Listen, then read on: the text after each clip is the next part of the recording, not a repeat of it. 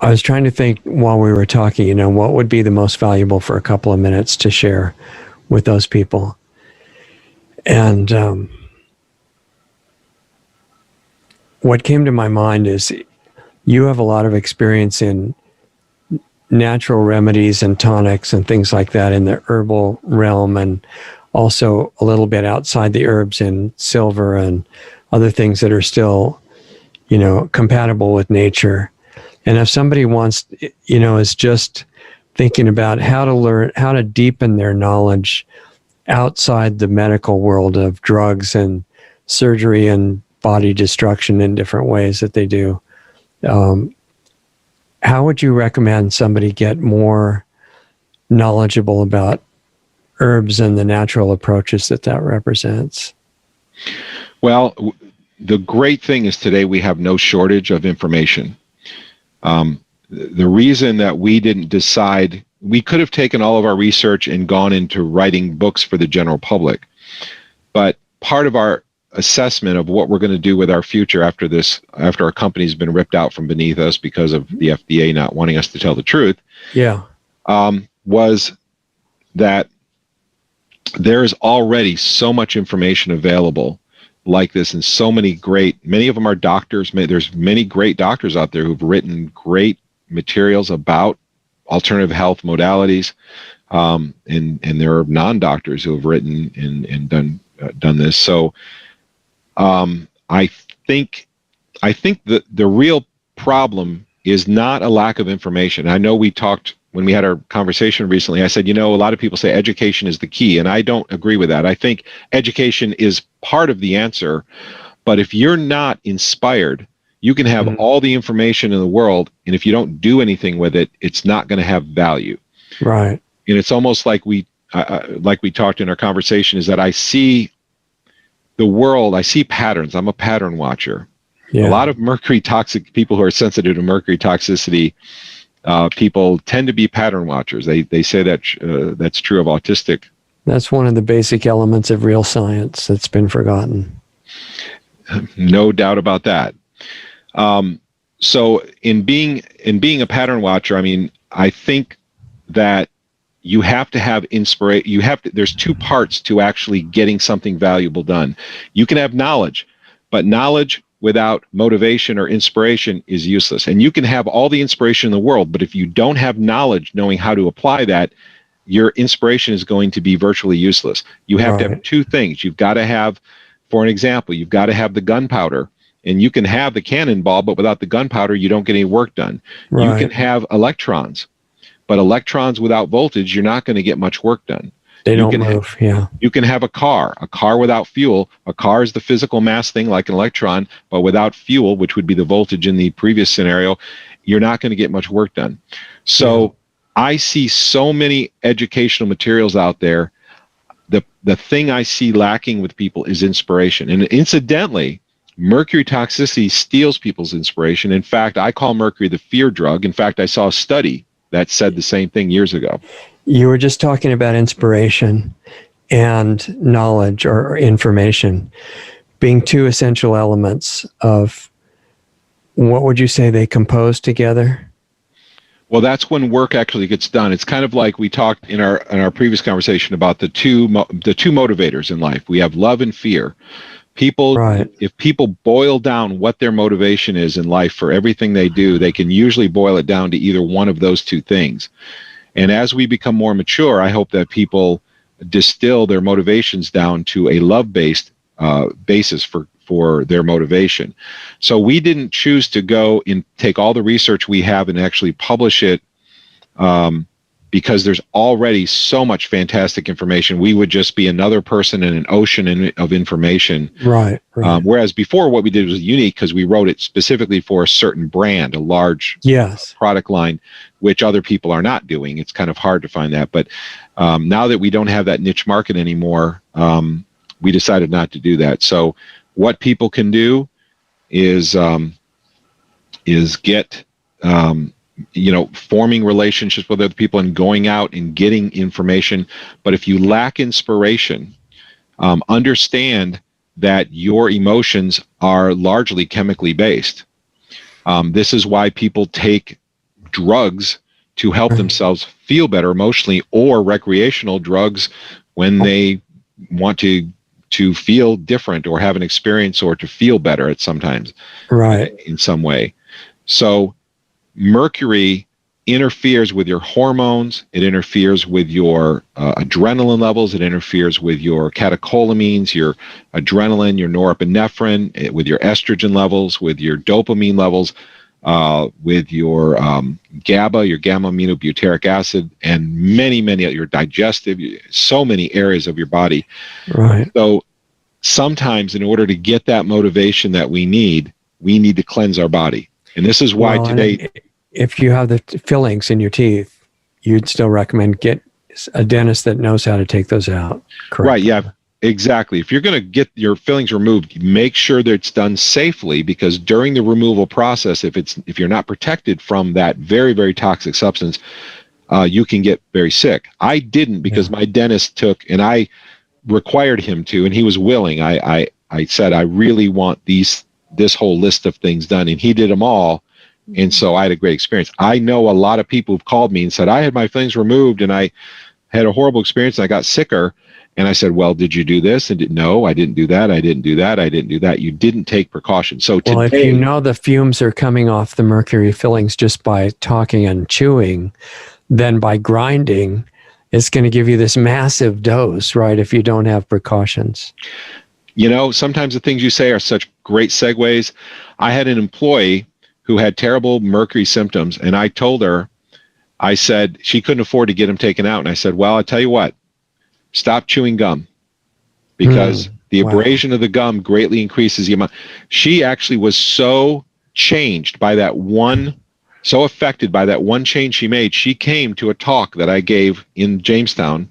Yeah. She came and gave her testimony saying, I can't afford to get my fillings out yet, but I stopped chewing gum and I feel better. I feel the difference because I'm not abrasing the surface, which increases the off-gassing of mercury. Which again tells you how sensitive the amalgam filling is to release mercury, because you don't chew that hard to chew gum. And if that makes mercury gas escape from the filling, then it's right there available on the surface, and it's not bound like they tell you, like the ADA says and things like that. Exactly. Well, like the ADA says, exactly. I mean, the whole mantra that we've been told for years and years and years, that has caused people so much heartache, so much emotional stress, so much physical health problems, and even death, was because of the lie. It was an absolute lie where they said, we have extensive research showing that once bound to the other components in a filling, mercury does not come out. Exactly. The tests were not done according to the doctor. There are no tests. There is no research. They can't produce anything. And in fact, there's doctors who went to these organizations and said, can you send me these tests? And they're like, oh, well, really, the ADA said, oh, we really don't have these. You have to go to the CDC. And the CDC said, no, you need to go to the ADA. And they kept going like this. And no one ever produced any of these tests they say exist. Yeah, exactly. And we just gave away the last copy. We're really sorry. And our printer doesn't have any cartridge in it. And we just can't figure out how to show it to you. But it's really there. Yeah. The dog ate it. The dog did eat it too. Yes. Yeah. And this breaks my heart, because I know the suffering I went through. I know people who have suffered for years and years because of this lie, because of the mercury lie. And now the situation is so much worse because they're spraying it into the atmosphere. Well, so even after you get your fillings removed, if you want a periodic way to take the accumulating mercury out, do you have an idea how you might do that? You talking about after the removal or before the removal? After your fillings are gone. Oh, but yes. you feel like you're periodically building up a certain amount of residual mercury. Is there a process that you would do something natural to take it out? Absolutely. I mean, it's all about detox. It's all about, and a lot of this is individualistic, because different people will manifest different sets of symptoms, I found, depending on their genetics. Yeah. Mercury will induce all these things, but in some people it may induce terrible digestive problems. In other people it may be heart problems. Other people it might be neurological. In other people Yeah. it'll be a combination. So you can take things to support those things. But to detox, your body removes mercury largely using things like glutathione, for instance, is one of the things everybody talks about. In fact, a few years ago, people said it was so important. This came out in mainstream media, actually, I don't know, 5 years ago or so. They said glutathione is so important, and they're saying this is a new discovery, which I'm scratching my head. This is not a new discovery. This is something I've known for 15 years. Yeah. It's been in the scientific literature, but they're pretending in mainstream media that it's new. Glutathione is so important that they say you can predict your lifespan based on how much glutathione your body makes. Glutathione helps your body detox mercury, and so you can eat foods that promote glutathione production in your body. You can open up the detox pathways in your body. There's P450, there's liver detox pathways, the glycine. You can take glycine to help open up your glycine pathway. You can take artichoke. Artichoke has components in there that open up another one of your liver detox pathways. There's like 5, in my understanding, there's 5 primary pathways. There's phase 1, phase 2, and some people say phase 3, and it's a whole. You could do a whole show on this, but things that promote detoxification. I personally take supplements. I like supplements because I believe we live in such a toxic time that and a lot of our food is demineralized. It's tough, and I live in Maine, so I can only have a garden in the summertime. So getting foods with the right balance of nutrition can be difficult. But so I take N-acetylcysteine, which is a precursor for glutathione. Mm-hmm. I do take artichoke supplement, which helps with the detox pathways. You can take N-acetylcysteine, besides N-acetylcysteine, you can take alpha-lipoic acid, which helps neurologically. You can, and again, it's a whole subject to talk about this because different people will have different manifestations of symptoms, and while you're detoxing, you're going to support the body systems that may be a little stressed during that time with food supplementation, and make sure you're exercising, getting good sleep. And if you're not getting good sleep, there are tremendous natural sleep aids that you can use as well. Yeah. So it's a big subject. Okay, but it's definitely, there are ways to keep taking out the mercury if you feel like you need to do that. Yeah, your detox pathways and your N-acetylcysteine, your glutathione, sweating. If you have access to a sauna, right? Sweating is probably the safest way of getting a lot of toxins out of your body, because then it doesn't stress your liver and kidneys. Yeah. During the detox process. Exercising, and if you ever notice that you exercise, you feel really, really horrible. It's very possible that you are actually mobilizing mercury while working out. So you may need to begin your exercise program very slowly over a period of weeks and just increase slowly Build over up time. Gradually. Yeah. Do you ever put any of this information on any website? Some of it. I mean, right now we have a couple groups on Facebook, which again, I'm not. So far, they're still in existence, but we have chemtrail cures. We have. That's a website? It's actually a Facebook group. Okay. Chemtrail cures, and it's up at the moment, right? Yeah, it's up. I think it'll be up for a while because we're trying to be kind of conservative, and also if there's anything that we don't think they would approve of, we'll just send people to another site to get information, but it's all about helping people, really. So opening up your detox pathways, increasing your glutathione production, eating foods. I know you're a big fan of raw natural food, I believe, if I understand right. Foods are medicine. Yeah. Everything we need is in food. So yeah, I agree with that. Hippocrates was saying that too. Yeah. He said, let your food be your medicine. Exactly. And you can find, it's amazing especially when you have access to the research. like how certain foods will open up different detox pathways. Yeah. And, glycine is like in oranges, for instance, or there's different foods where you can get a lot of glycine. Of course, oranges have a lot of sugars, and that's not always good for people with mercury, but some people can tolerate and others don't. Yeah. I happen to love oranges, but I can't eat them because I'm very sensitive to the sugar right now. Okay. Because of the mercury exposure I get. But I do take glycine supplementation. Dr. Mercola talked about this extensively, about opening up the glycine detox pathway, which in some people is hindered. Mm-hmm. Or if people have emotional issues, this is one of the big ones, is that, mainstream media will never tell you this, but the association between behavioral disorders and mercury is multifold, but one of them, which I think is probably the single biggest, is what I talked about earlier, the catechol-O-methyltransferase. It's an enzyme that actually breaks down your adrenaline, your norepinephrine, your dopamine, and estrogens. So if you are not able to sleep, if you have anxiety, maybe anger, panic attacks, OCD, compulsive behavior, addictive behavior, it could be that your COMT system is hindered. And you can get a test and find out if you're one of the 3 types of COMT people. There's what are called MET-MET, VAL-MET, and VAL-VAL.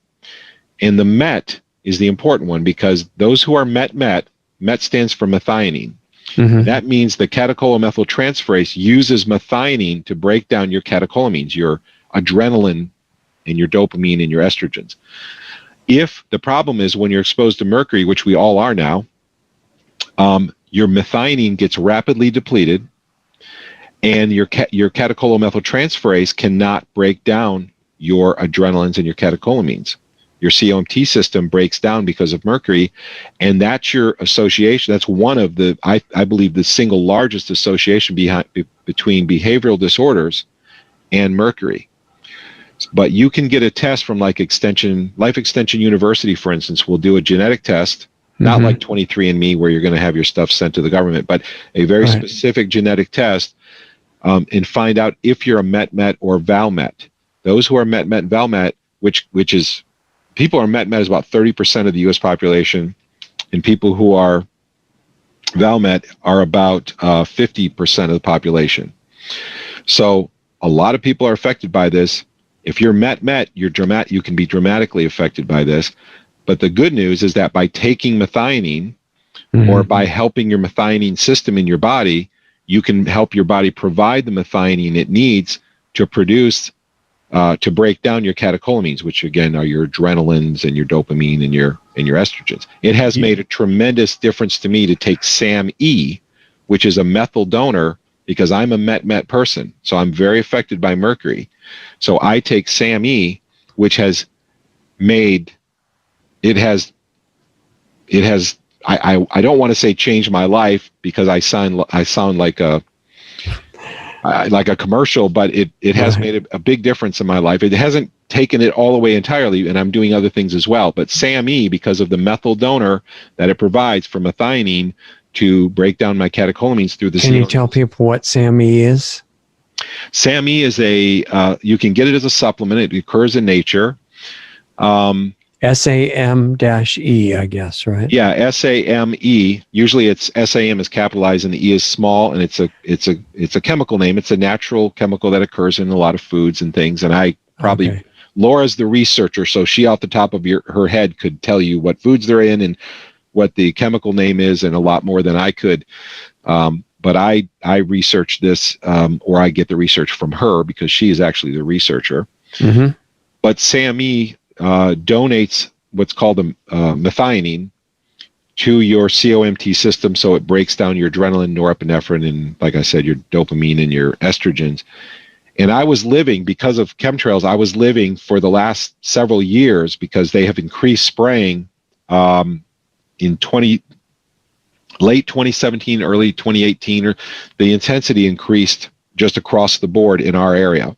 Okay. So I've been living, and I eventually actually went to a doctor, and I wanted to get tests. And I said, I have this constant feeling of anxiety in my body, yet in my mind, I'm fine. I know there's nothing wrong. I know I'm okay, but I've got physical anxiety. And they, of course, had no idea what to do. But the tests I had helped me rule out a lot of things. And then we started researching this, and I realized this is my problem. I am a met, and I'm being dosed with mercury. So then when I started taking SAMe and magnesium, and if you look on Facebook, you will see all these magnesium groups, or anywhere. People are like, you got magnesium's changed my life. Well, why? Because magnesium is absolutely necessary for your COMT system to break down your adrenaline and your other catecholamines. And mercury depletes magnesium, and it depletes methionine. So when Prince, do you remember that video when Prince was talking about seeing chemtrails, and whenever they'd spray chemtrails, everybody in the neighborhood started fighting? You remember seeing that video? Yeah. Well, guess what, folks? We know why. It's because when people are exposed to mercury, their catecholamines start to rise, their adrenalines, their norepinephrine, and their dopamines go through the roof, and their estrogens go through the roof, and they become very emotional and high-strung and tense and fearful, and all kinds of emotions will rise when those hormones get out of balance, when the catecholamines get out of balance. So now we understand, and that's not the only mechanism. The other one, and I know I've been talking a long time, but GABA-aminobutyric acid, which is a neuroregulator, is also depleted by mercury as well. So those are the two things, and that's one of the first thing I discovered, that when I was very mercury toxic with fillings, I was having a horrible time sleeping, absolute nightmare to try to get to sleep. And the first thing I found that helped me was GABA. I took GABA supplementation, which is this neuroregulator, which slows down the transmission between your synapses. It's something your body naturally makes, but it's depleted by mercury. And I discovered GABA was the first thing I discovered that years ago that actually helped calm me down. Wow, that's a good recommendation. Yeah. Pretty neat. Well, that's a lot to get started on, I think, and get people to build from there. So thank you. I'm just digesting everything you said too. So hold on again, and we'll say goodbye in the break here.